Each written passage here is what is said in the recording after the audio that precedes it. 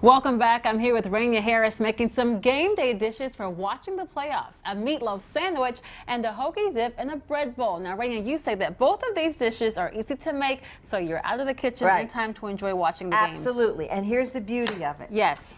The meatloaf you can make a few days in advance. You can make a week in advance, and you can freeze the meatloaf. Okay, a week in advance. Yeah, and the bread bowl, actually, you can make the morning of. And you just want to fill it just before serving. In other words, you make the ingredients. Right, and then you fill it. Okay. So the meatloaf has 3 different types of meat. They're traditionally known as a meatloaf mix. And, all right? So consequently, it's pork, veal, and beef. Oh, nice. And all pretty lean. Okay.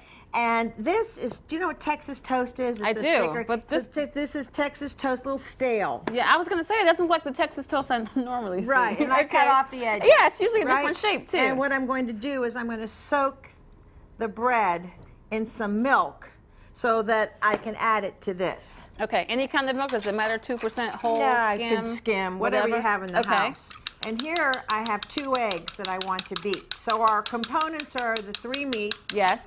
The soaked bread, 2 eggs, Parmigiano Reggiano cheese, flat leaf Italian parsley chopped. Flat leaf, okay. I always flat leaf for cooking, curly for garnish.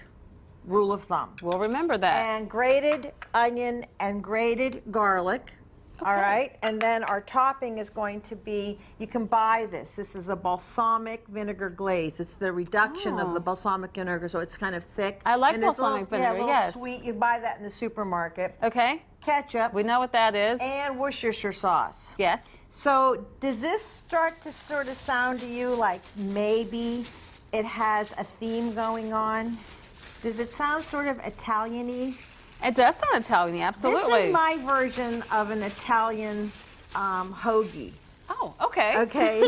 That's a little different kind of hoagie. Yeah. Yes. So because we're making the hoagie in the bread bowl. Yeah. So every time I think of watching the game on television or the games during the playoff season, you know, I want to think of something, you know, something easy. So when you're sitting in front of the couch, so I have an Italian theme going to do. So what you want to do is you don't want to play around too much with the meat. Okay. Because you don't want to make the meatloaf too dense. I see. And is this a pound of each of the 3 meats? You know, to be very honest with you, it's like a total of 2 pounds total. Okay. So it's not quite a pound of each. I see.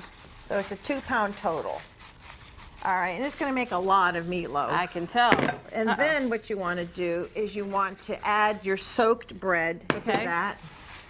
And then you want to add everything else. And this is really very simple. Yes. Very, very simple. That was the egg. Okay.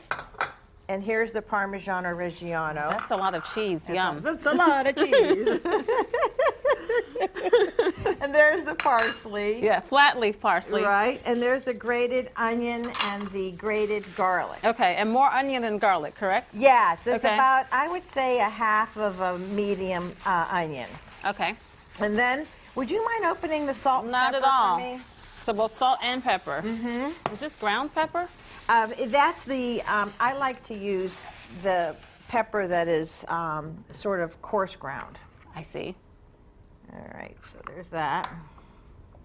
And then we'll do some salt.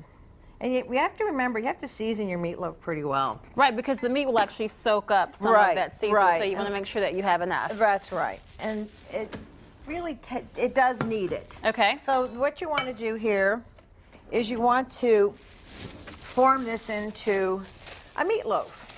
All right? That's easy enough. All right, and then you put it in there, and then when you're ready to bake it in the oven, and I would bake it and then freeze it. I wouldn't. So you would bake it, and then you can freeze it for up to a week, you said. Yeah, I see. If you were doing that. Oh, that's good to know. See, I probably would have waited. Yeah, I would bake it and then, you know, cool it down and then freeze it. Okay. And then put it in the oven, and it takes a good hour, okay? What are you baking it on? What's the temperature? We're around 375 degrees. For an is hour. fine. Okay. Yeah, uncovered. Okay, so you get the drift. You just put this all together, put it in here. Yes. All right, I'm not going to do that because it's going to take a little bit too much time. I think you understand how you form the meatloaf. Yes. Put that in there, and then you make a glaze. Okay. And the glaze is super simple. The glaze is, as I said, ketchup, Yes, the balsamic vinaigrette. And then we have That glaze. about a cup of ketchup goes right in there. Okay. And some of the Worcestershire sauce, about a tablespoon. Okay.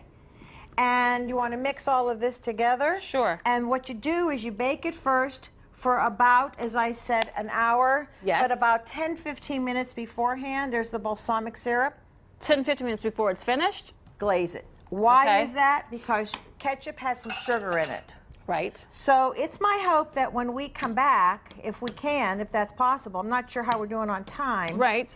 I can show you what the finished product looks like. I'll make you a quick sandwich because the Hoagie bread bowl is pretty darn simple. Well, we can certainly do that, Rania. Thanks good? so much. Now stay with us. What we're going to do, we'll take a quick break and be back with more Cooking with Rania right after this.